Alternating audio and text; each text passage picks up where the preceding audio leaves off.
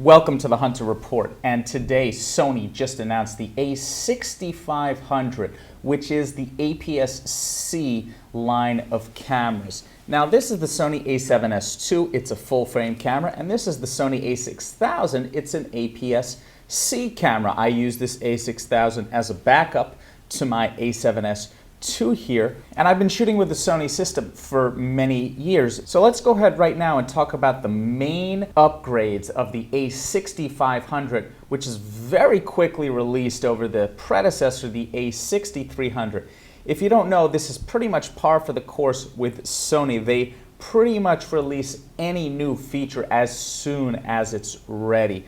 So the number one upgrade to the a6500 is 5-body image stabilization. That's in-body image stabilization. Now, this right here is a lens. It's the 24-70 by Sony. It has stabilization in the lens. So I can take this 24-70 right here, put it on my a6000, which doesn't have in-body stabilization, or the 63, and you'll still get video that is stabilized, and the stabilization also helps in photography, giving you, somewhere between 1 to 3 stops. So you can stop down the shutter speed, get a little bit more light, and still keep things steady. But another interesting use of stabilization is with legacy lenses. Now this here is one of my favorite Nikon 135 f2.8. You get some nice telephoto, but you still get a very wide open aperture to do some real good late night kind of stuff, or cinematography. Since the a6000, the a6300 doesn't have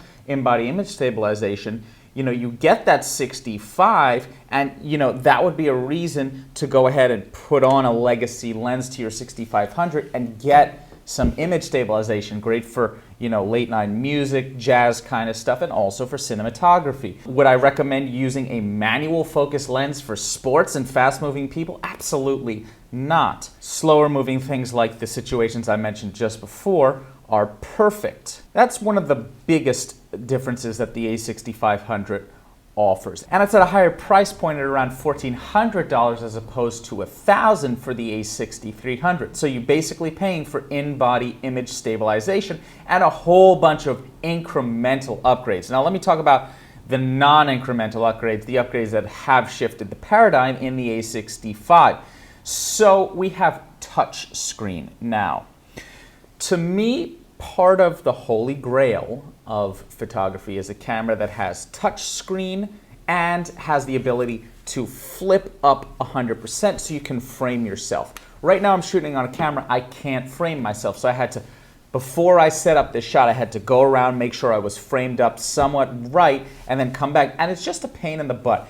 But for when you're on the go, when you're vlogging, and just when you're a one-man crew, having the ability to frame yourself up is absolutely irreplaceable. Now, Sony just introduced the A99 Mark II, which is an A-mount camera, so it shows that Sony is aware of that, but I've yet to see. Now, the a6500 is the first touchscreen camera from Sony. Bravo.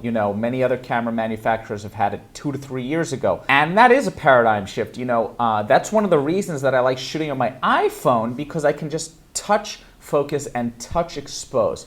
Okay, and it is a paradigm shift, and that's really the way that photography is going. So, I have absolutely no attachment to traditionalism and the way things were. Having the touchscreen makes my life easier. I want it. So that's number one. You get that in the a65, but you don't get the flip ups. So again, a camera that has touchscreen and flip up, I'm super excited about. Fingers crossed for the a7 Mark III, and if they don't get it in the Mark III, they'll have to put it in the Mark IV, or else we're all going to scream bloody murder. So that was number two, which is touchscreen, super important. Now, most of the other upgrades after those two, in-body image stabilization and touchscreen, are pretty much incremental. There's a LSI chip-on sensor, which speeds up your ability to take photos, so you can take more photos in the buffer. It's good for sports photography. There's slow and quick modes. Gives you some flexibility while you're doing video between 1 and 120 FPS. I don't exactly understand what that is, and until I really have my hands in the camera, I won't be able to tell you. But this is, straight from the marketing material.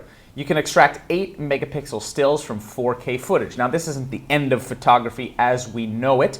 One of the main differences between still photography and cinematography is that you tend to need more power in still photography. That's why flashes with a little flash pack will give you, a lot more power than even, a many thousands of dollars huge cinematography light.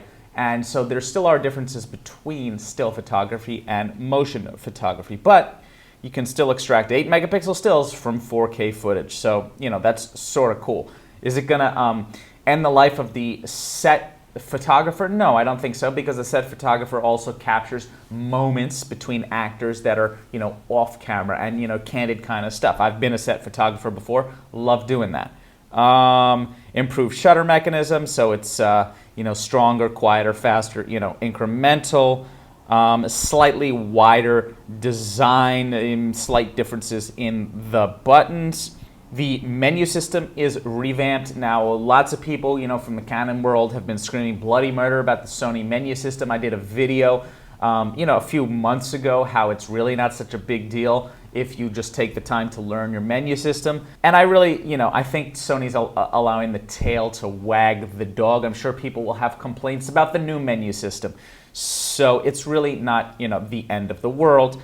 And, you're really buying Sony cameras for their Carl Zeiss lenses, for the sensor technology, and the menu system, if you are a professional, okay, and you are a little bit mature, is just not the end of the world. So yeah, there's some other stuff with white balance and Bluetooth. This is, again, just par for the course. Sony releases cameras, very frequently, which is great. So it really lets you know that Sony is committed. That's cool. Another cool thing is that the Sigma Lens Corporation, the CEO announced that they're making native FE lenses. So right here we have the 24-70. This is the f4 version. One of the complaints is that it's not super sharp. So whether Sigma releases a 24-70 or Sony releases a 24-70, that we'll really have to see which one beats the other. Sony tends to iterate its bodies faster than its lenses, but it's doing pretty well on the lenses too, with the release of the f50 macro, the upcoming release of the 16-35 at the f2.8 in the G Master series, which I'll probably get my hands on first here in the Hunts Report, as I will be attending Photo Plus right here in New York City in just a few weeks. So that was a quick little check-in. I've got some really cool content that is on the back burner, and I will be going to edit that right now. Please subscribe. Please give me a thumbs up. Check the description below if you want to figure out where to get any of these products, including the new 6500, which is available for pre-order today. And I will see you soon.